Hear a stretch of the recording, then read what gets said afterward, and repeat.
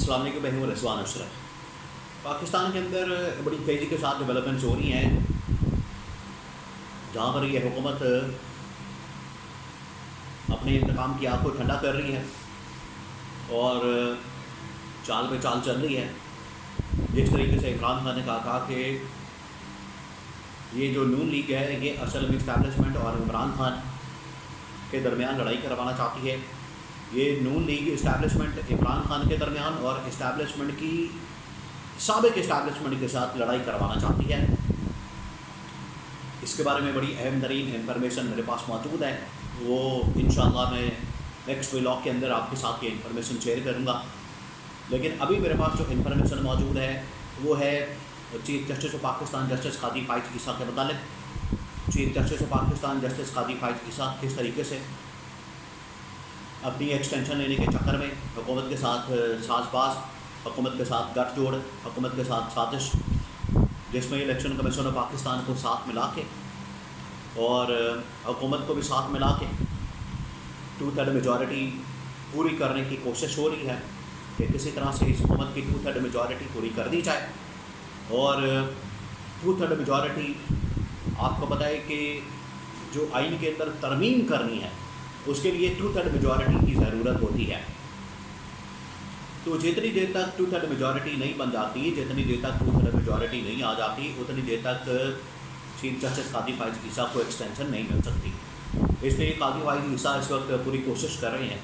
کہ کسی طرح سے جو 2/3 میجورٹی ہے اس حکومت کو دلوا دی جائے، اس حکومت کے حوالے کر دی جائے، اس حکومت کو بڑھا دی جائے، اس حکومت کو اتنا طاقتور بنا دیا جائے، ان کے پاس نمبر گیم پورا ہو جائے، اس کے بعد ٹھک کر کے 2/3 میجورٹی آئے، آئینی ترمیم آئے اور ایکسٹینشن کا ایک پورا پروگرام جو ہے وہ چلا دیا جائے۔ اب یہ جو 2/3 میجورٹی کا پلان موجود ہے اس کے بارے میں میرے پاس انفارمیشن ہے، اس میں اسٹیبلشمنٹ حکومت کیا سوچ رہی ہے اور قاضی فائز عیسیٰ کے ساتھ کیا ساز باز ہو رہی ہے۔ دیکھیں، اس وقت اسلام آباد کے اندر بہت ساری ڈیولپمنٹس ہو رہی ہیں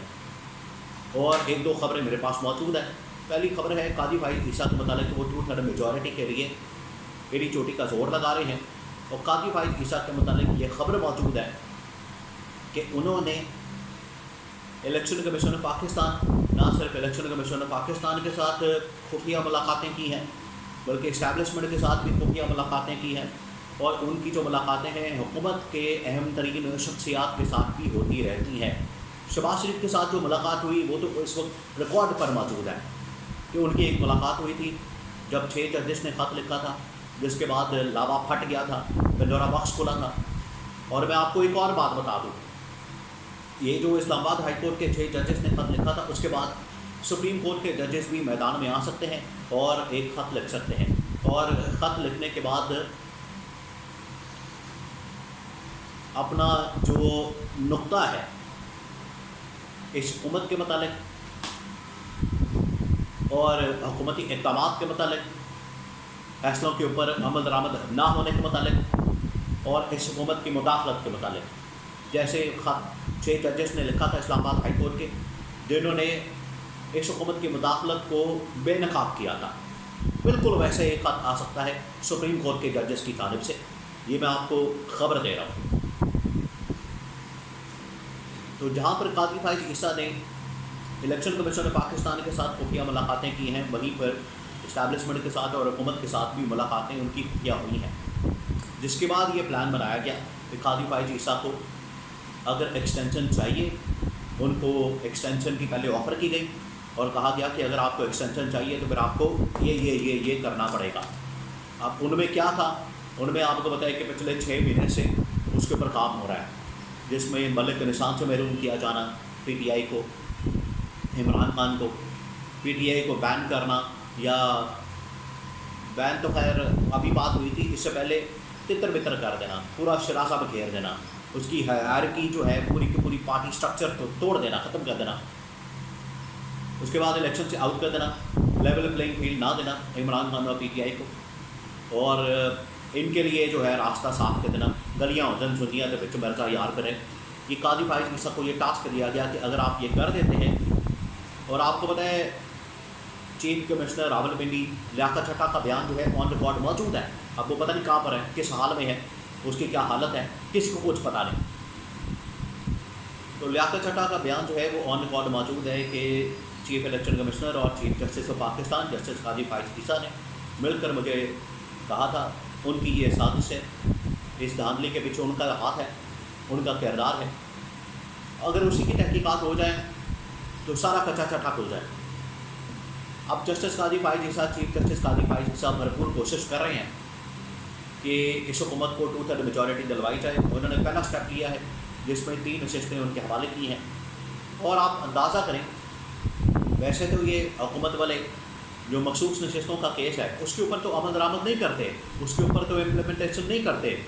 اور اس کے اوپر عمل درآمد رکوانے کے لیے کبھی پٹیشن ڈالتے ہیں, کبھی قانون سازی کرتے ہیں, کبھی الیکشن کمیشن کو اپنے ساتھ ملا لیتے ہیں, کبھی حملہ کر دیتے ہیں, کبھی کچھ اور کبھی کچھ. اس کے اوپر عمل درآمد نہیں کریں گے. لیکن یہ جو 3 نشستوں کا فیصلہ ہے اس کے اوپر ایسے ٹھک ٹھک ٹھک عمل درآمد ہو گیا.